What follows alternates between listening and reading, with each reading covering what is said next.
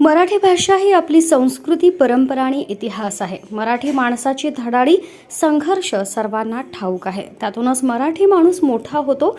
या मराठी विश्व संमेलन 2024च्या माध्यमातून जगभरातील मराठी माणसांना एकत्रित येता आलं आहे. म्हणूनच मराठी भाषा सर्वांना एकत्र ठेवणारी समान धागा आहे, असे उद्गार मुख्यमंत्री एकनाथ शिंदे यांनी आज नवी मुंबई इथं काढले.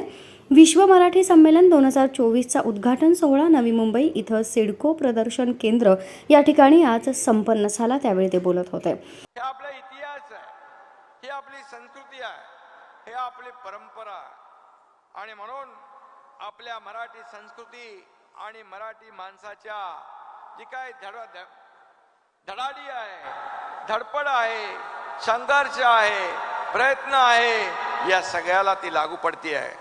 म्हणूनच आपण वेगवेगळ्या क्षेत्रात कळस गाठणाऱ्या मराठी बांधवांना, भगिनींना एकत्र आणण्याचा प्रयत्न या संमेलनातून करतोय.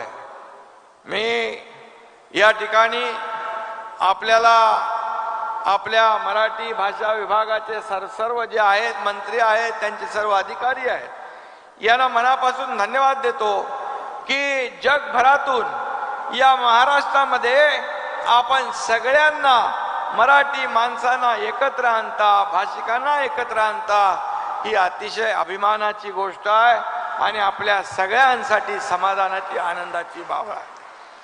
यावेळी मराठी भाषा शालेय शिक्षण मंत्री तथा मुंबई शहर पालकमंत्री दीपक केसरकर, ग्रामविकास व पंचायत राज मंत्री गिरीश महाजन, आमदार मंदा म्हात्रे, मराठी भाषा विभागाच्या अप्पर मुख्य सचिव श्रीमती मनीषा पाटणकर म्हैसकर, ठाणे जिल्हाधिकारी अशोक शिनगारे, नवी मुंबई महापालिका आयुक्त राजेश नार्वेकर, अखिल भारतीय मराठी साहित्य संमेलनाचे नियोजित अध्यक्ष डॉक्टर रवींद्र शोभणे, भाषा सल्लागार समितीचे अध्यक्ष लक्ष्मीकांत देशमुख, महाराष्ट्र राज्य मराठी विश्वकोश निर्मिती मंडळाचे अध्यक्ष डॉक्टर राजा दीक्षित, महाराष्ट्र राज्य साहित्य आणि संस्कृती मंडळाचे अध्यक्ष डॉक्टर सदानंद मोरे, अखिल भारतीय मराठी साहित्य महामंडळाच्या अध्यक्ष उषा तांबे, माध्यम सल्लागार जयू भाटकर, मराठी भाषा विभागाचे उपसचिव हर्षवर्धन जाधव, राज्य मराठी भाषा कोश मंडळाचे सचिव डॉक्टर श्यामकांत देवरे, साहित्य संस्कृती मंडळाच्या सचिव मीनाक्षी पाटील आदी मान्यवर उपस्थित होते.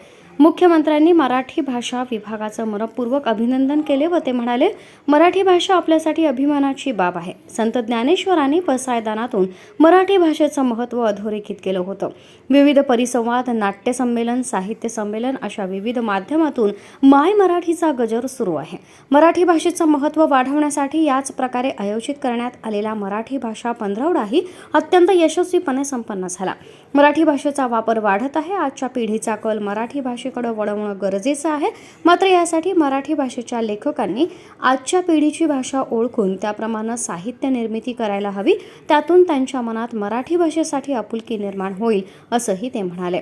महाराष्ट्राला देशभरातून तसंच जगभरातून पसंती मिळत आहे असं सांगून मुख्यमंत्री शिंदे म्हणाले की जागतिक आर्थिक परिषदेच्या माध्यमातून 3,53,000 कोटी रुपयांचे सामंजस्य करार स्वाक्षरित झाले आहेत. महाराष्ट्र देशाचे ग्रोथ इंजिन आहे. महाराष्ट्र प्रगत राज्य आहे. प्रधानमंत्री नरेंद्र मोदी यांनी जगभरात देशाचं नाव उज्ज्वल केलं आहे. आपली अर्थव्यवस्था जगात 10व्या क्रमांकावरून आता 5व्या क्रमांकावर आली आहे आणि आपलं ध्येय आहे ते आपली अर्थव्यवस्था जगात 3ऱ्या क्रमांकावर आणण्याचं. प्रधानमंत्री नरेंद्र मोदी यांनी मांडलेली $5 ट्रिलियन संकल्पना पूर्ण करण्यासाठी महाराष्ट्राचं मोठं योगदान असेल. महाराष्ट्र हे प्रगत राज्य आहे. याचमुळे परदेशातील अनेक मराठी उद्योजक आपल्या देशात व महाराष्ट्रातही आपले उद्योग सुरू करण्यासाठी इच्छुक आहेत. त्यांना सर्व प्रकारे सहकार्य हे शासन करेल, असं मुख्यमंत्री शिंदे यांनी यावेळी सांगितलं. मी मध्यंतरी दावोसमध्ये गेलो होतो, वर्ल्ड इकॉनॉमिक फोरममध्ये. आपल्याला मला सांगायला अभिमान वाटतो की महाराष्ट्राला देशभरातून लोकांची पसंती मिळते आहे. जवळपास जगभरातल्या अनेक देशांनी या महाराष्ट्रामध्ये त्या वर्ल्ड इकॉनॉमिक फोरममध्ये 3,53,000 करोड रुपयांचे MOU साईन केले. 1-1.5 लाखाचे कन्सेंट दिले. आणि महाराष्ट्र आज प्रगत राज्य आपलं आहे. महाराष्ट्र हे देशाचं ग्रोथ इंजिन आहे.